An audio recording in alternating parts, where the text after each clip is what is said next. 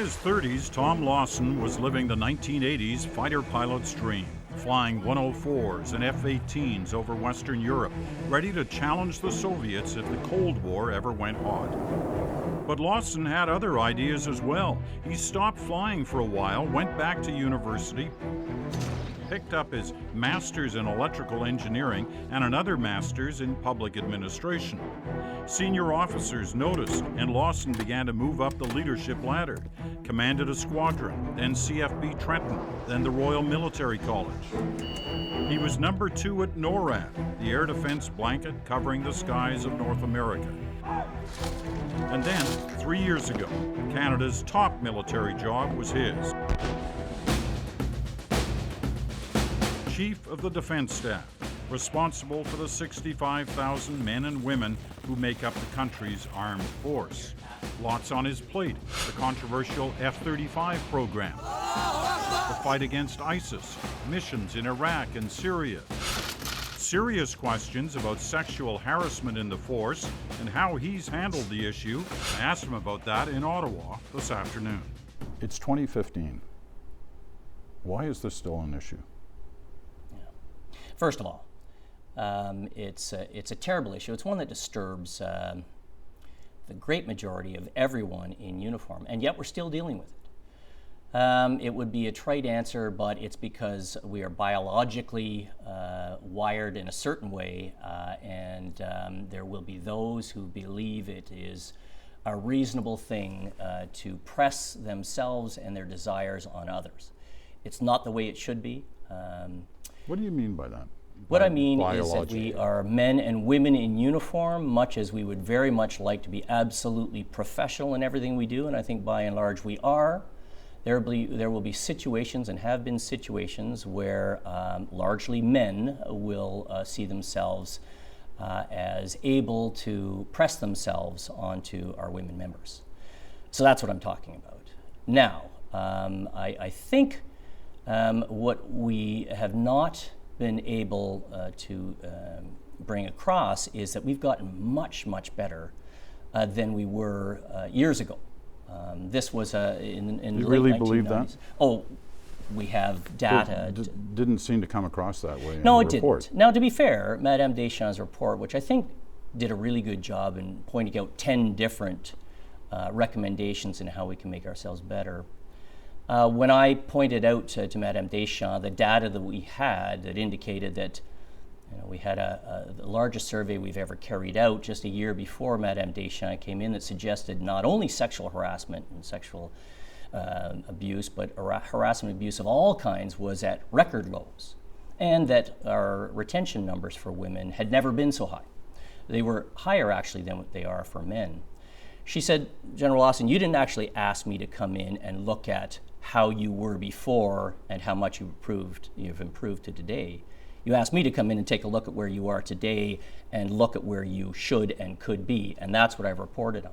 But some would wonder whether it's, let me read you back something you said just a couple of weeks ago, because it deals with that whole issue of rate of improvement. You said this is a complex problem within a complex institution. The situation, therefore, will require a sustained effort from across the Canadian forces for an extended period of time. We're not talking about days and weeks, but months and years. It's 2015. What's been going on for the days and weeks, months and years in the past 15 years that you're still having to say that it's going to be a long time before we can correct this? Well, what Madame Deschamps is talking about is a change of culture based in training, updating our training, changing the language of training, which was sexualized in ways that made use of references to women being weaker than men. Things like that seemed harmless. Madame Deschamps saying, wait a minute, not so harmless. That is what encourages those to believe that this sexualized atmosphere is okay. Some would say, well, certain past generations, it may be hard to ever change that culture.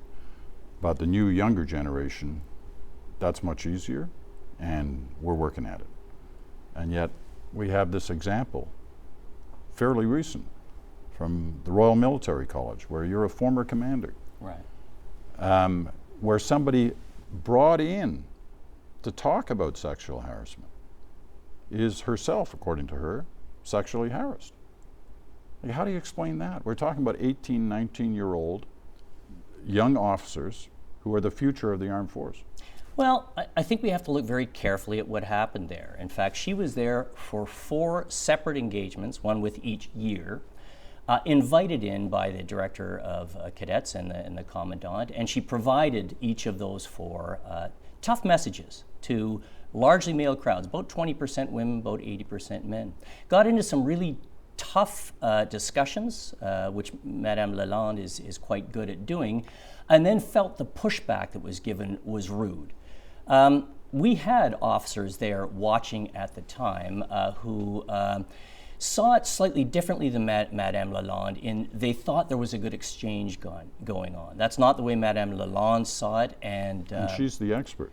Well, and that's she why was you brought her it to- there. That's right. So, and I think the key to focus on there is we did bring her there, and if she would ever come back, we'll have her back. It is Madame Deschamps that I brought in to look at our organization. We're interested in getting better. What we saw at the Royal Military College and what we've seen recently is we had 2 incidents of sexual harassment charged, which are being tried right now. From one side, you say, well, why? How can that happen within the Royal Military College? Why would a male cadet decide that they could treat one of the female cadets like that? Well, it gets back to we believe that's a little bit of biological wiring and inappropriate behavior if it works out. But what we also see is it was reported and it's now being litigated. So we'll see where that goes. But this is something Madame Deschamps brought out. She says the concern is not only the frequency of it happening, but making sure it gets reported and that people who are transgressed against feel comfortable to bring it forward. But is that biological wiring something that's just primarily an issue for the Canadian Forces, or is that something that you're suggesting is we have this issue right across society? We certainly do have it right across society, but for us, where our units are so based on camaraderie, relying on each other, trust, it's corrosive. It's absolutely corrosive. So we need to get better at a rate, stand fast society, we need to get better at a rate in the Canadian Armed Forces that outstrips society. Were you surprised by Madame Deschamps' report? I was. I mean, as I say, you're a career officer. You've been in the forces 40 years. You've seen changes, as you pointed out, in a number of areas. But have you seen this issue before you in your role? Have you seen? Absolute disclosure, I have not. Now, I have seen sexualized banter between male and female on a hangar floor that now Madame Deschamps will say and would say to me, and I accept, is wrong. At the time, and this is a one-way banter, right? No, it wouldn't have been a one-way banter at all. Now, are you talking about how Madame Deschamps would see it, or what I saw? What I saw was a two-way banter. Two-way banter. So the harassment was coming both ways? Well, if it was harassment, the 2 individuals involved would not say it was harassment. But in fact, what it does is it leads to a sexualized atmosphere. So each are throwing barbs back at each other, and it's bringing a professional environment down to a base level that we can't accept. So in a way, I was seeing it, in fact, very rarely, but I had to look back to that point in my career to recognize that that's what Madame Deschamps largely was talking about. I'm not so concerned about speaking to her findings as I am appreciative of her 10 recommendations, each of which we will get to, the intent of which we will get to on all 10. Does it bother you that you personally were portrayed on some of those recommendations as not being in favor? Well, I do remember an article that said I had actually told my general and flag officers to ignore Madame Deschamps' report, and it's absolutely false. What they were referring to was a direction I had given that matched the direction I gave Madame Deschamps. That is, focus not on the military police or the litigation, focus on our policies, our leadership, the care that we give our men and women, and the care that those who believe they've been transgressed against find, and the support.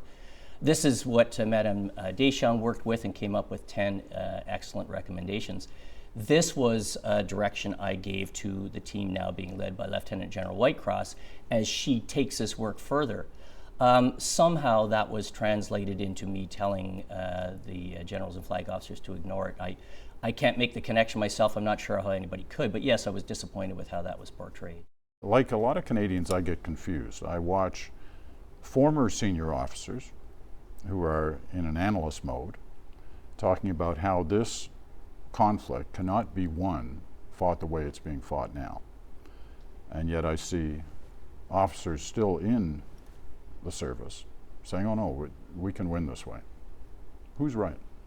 Well, these analysts that you speak of who would say that we can't win with an air attack are absolutely right. What you can do is you can blunt an attack or a capability that the ISIS would have as we bring the second part of that strategy to bear, and that is to bring the Iraqi security forces to a level which they are now ready to put those boots on ground that we talk about. We will soon know if they're ready to fight and take on the threats that are apparent. But without them, you can't win this conflict. I would agree with that. This is a sovereign nation, and Iraq has invited us to help them with air power and help them with advising, assisting, but not to put coalition boots on the ground. We're involved in two different areas. I want to talk about the air issue, especially as it now relates to Syria. How are those missions going? The ones that are doing bombing runs in Syria against ISIS positions? Yeah. So pretty remarkable, this campaign as compared to any other air campaign that we've ever had as a coalition, in the ability to avoid collateral damage while bringing pressure to bear on ISIS. But it also requires coalition air crews to give up on targets where they know that there is too high a risk of collateral damage. What's the percentage on that? Yeah, well, I think about 25% of the missions that go to deliver weaponry are delivering weaponry. 75% will come back, having carried their bombs back. Is that universal or is that just Canadian? Oh no, that would be across the coalition. So our 3 out of 4 missions, when they leave with bombs, coming back with those bombs, unwilling to drop them because of concern over civilian casualties. Some of them are unwilling or unable to drop them because of that concern. Others just cannot drop because they don't have good enough connectivity with those on the ground, forward air controllers who would be able to safely call in those bombs. And that speaks to what we just spoke of, and that is connection with those on the ground. As Iraqi security forces start to bring their forces to bear, then we'll have eyes and capability and equipment that will tie air campaign power to what they see as targets on the ground. What's the connectivity in Syria? I mean, who are you talking to on the ground there? Even less. I mean, you're a fighter pilot, we're a fighter pilot. Take me through how one of the Canada's CF-18 pilots would make that decision by themselves as to whether or not to drop or not. Right. I would study my target folder. We would decide which weaponry should come to bear on that. We would be given full assurance that the required levels of assurance is there, that there will be no collateral damage. And then we would go and take off on the mission. Once we get into the area, we bring our sensors to bear on the target and make sure it looks like we expect. If we see people wandering around and we aren't able to identify them as ISIS fighters, then we will not drop. Tough decision. Very tough. All right, here's the next step of what I want to try and understand here. And it's more of a process question. And the issue is how we get in a position of going to war. I mean, the government obviously makes a decision, and at some point one assumes they involve the military, they involve you in seeking advice on how to exercise what their goal is. Do they call in the Chief of Defense Staff and ask for his assessment of the situation and what our capacity and capability is on that? Right, so I think usually what the government's looking at is what is Canada's role in a potential internationally driven outcome, and it will first and foremost involve diplomacy, finances and trade, sanctions, and then take a look at what's developing on the coalition side, and that's when I will be asked for my advice which we will have been probably developing based on our intelligence ahead of that, and bring advice into where we think we can be most effective, the numbers we think we should probably offer up to a coalition, and where our operations should be focused. Well, there are two very different operations here within the same conflict. One was Iraq, and then a few months later the decision to go into Syria. Was there a difference in the way you looked at those two conflict areas in terms of our capabilities to do what the government wanted to do? Militarily, not really. ISIS wasn't seeing a border between Syria and Iraq. Therefore, we, in carrying out our operations on ISIS, would hope not to have to see a border as well. Now, it's not that simple. You move from a sovereign nation that has invited you in to one that is at least partially sovereign that has not.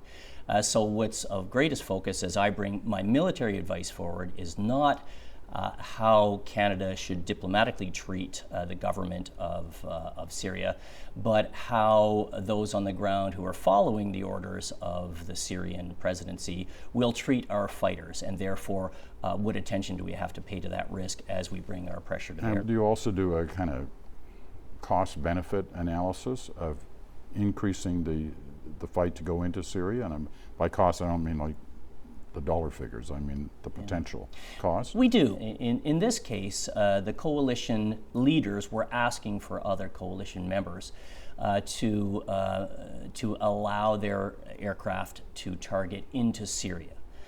So that ask had been present for quite a period of time, and I gave my recommendations over a series of months, and the government made a decision that you now see being affected. What was your recommendation? My recommendation actually changed. I believed that the number of coalition members who were targeting into Syria, where targets would be rare for the reason we talked about, was sufficient.